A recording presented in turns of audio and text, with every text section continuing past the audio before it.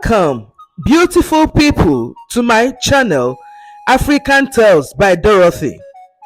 Today's story is titled The Price of the Stolen Necklace. Once upon a time, in the village of Ika, there lived a man called Chima. He was one of the most skilled hunters in the village. Chima was a very tall and handsome man, but was very arrogant. His skills made him to become very boastful. The villagers agreed that Chima's meat was always fresh as a hunter, but most of them were always complaining about his arrogant attitude. Chima is like a leopard, some villagers murmured. He hunts alone, they'll say, and keeps the secret of his skills to himself. They also whispered that they had their suspicions about him. Yet nobody in Ika village could boldly address Chima. The villagers were afraid of him because he was too proud. Chima's wife, Adaugo, on the other hand, was a very beautiful, gentle and kind woman. She didn't have a child, and Chima, her husband, did not show her love or felt any concern about their childless state. Even when the wife advised him, especially concerning the forest, Chima refused to listen to her. Yet Adaugo remained a joyful woman. One day, Chima went to the forest and ventured further, deeper than usual. The last time he stumbled into the deep side of the forest, he had found a beautiful necklace which he had kept hidden in his house. This time, Chima stumbled upon another sight that took his breath away. There in the forest sat a very beautiful maiden on the ground. She was crying and looking very sad.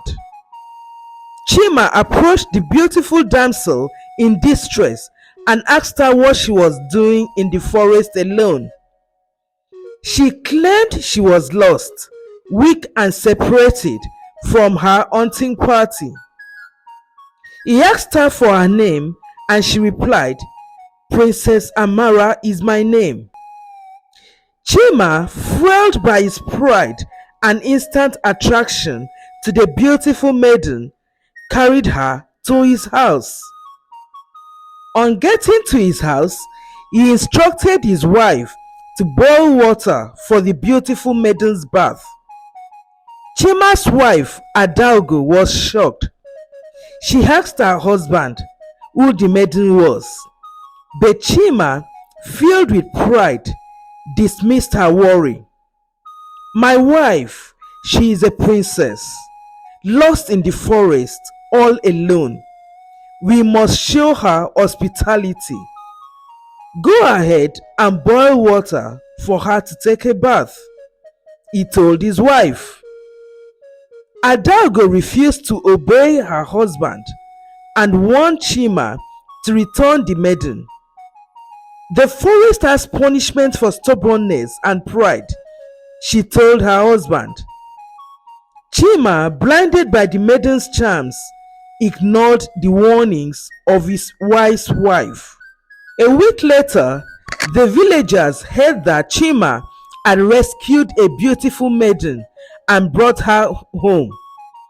Ezine, Chima's auntie in the village, who knew about spiritual things, warned Chima, "The forest doesn't give beauty freely, Chima.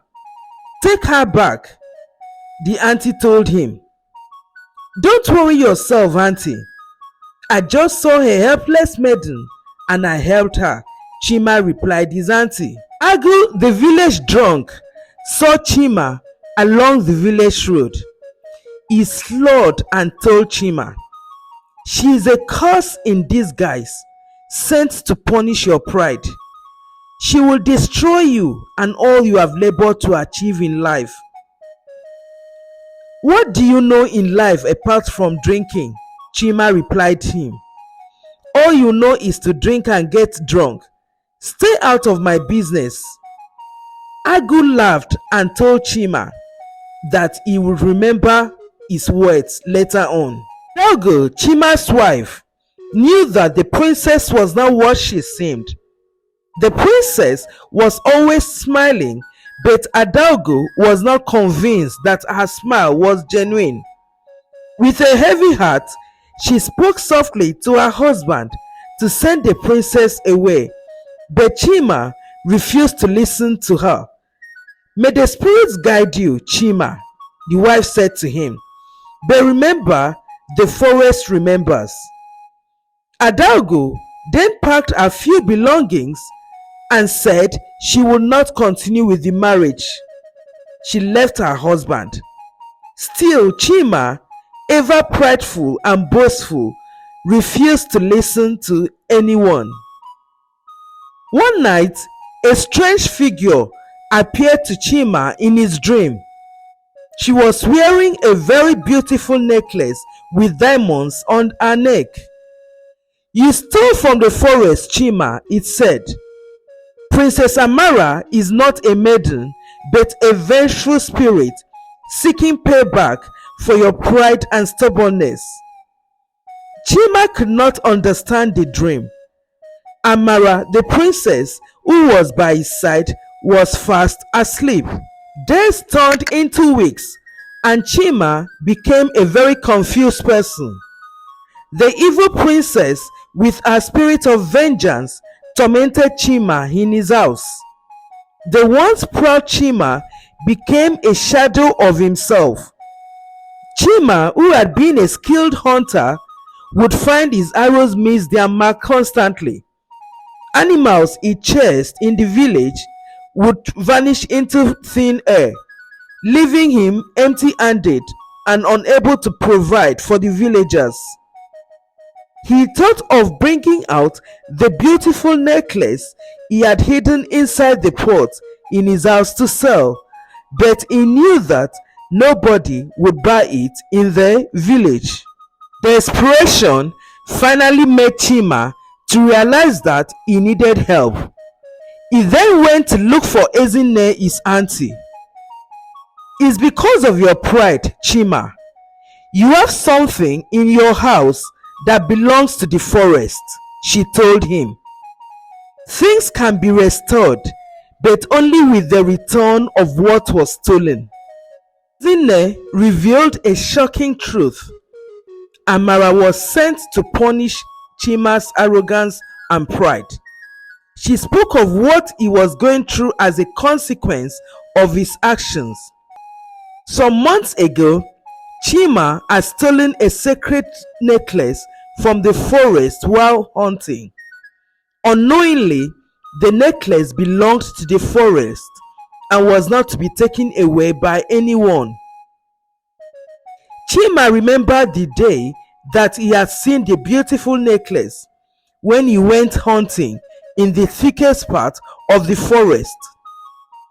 On that day, something had told him to leave the necklace, but due to his pride and arrogance, he had refused to listen. The necklace was inside a calabash in his house. Ezinne advised Chima to put the necklace around Princess Amara's neck and take her back to the forest. Returning to his house, Chima brought out the stolen necklace and did as instructed. As Chima placed the necklace around the princess' neck, she let out a loud shout. Princess Amara was very happy. That evening, Chima took her back to the forest and she said to him, "Your pride destroyed you. Learn to be humble and listen to good advice from yourself and other people." Then she walked away from Chima and back into the forest. Chima went back home afraid for the first time in his adult life. He returned to the village no longer the arrogant hunter. His arrogant heart was replaced with a deep humility. The villagers never forgot Chima, the hunter who learned a harsh lesson. He apologized to the villagers for his actions and changed his ways. He went to his wife and begged her and her family for forgiveness. Adalgo, his wife, forgave him and returned to her matrimonial home. Thereafter, Chima spent the rest of his days teaching the young hunters consequences of being proud and the ways of the forest, ensuring no one would repeat his mistakes. Moral lesson of the story: consequences of arrogance. There are two kinds of pride, both good and bad. Good pride represents our dignity and self-respect. Bad pride is the deadly sin of superiority that is full of arrogance. Chima's initial arrogance blinded him to the princess's true nature. He ignored his wife's warning and dismissed the villagers' concerns, leading to a period of suffering. We have come to the end of today's story. I hope you enjoyed it and learned something new. Thank you very much for your support.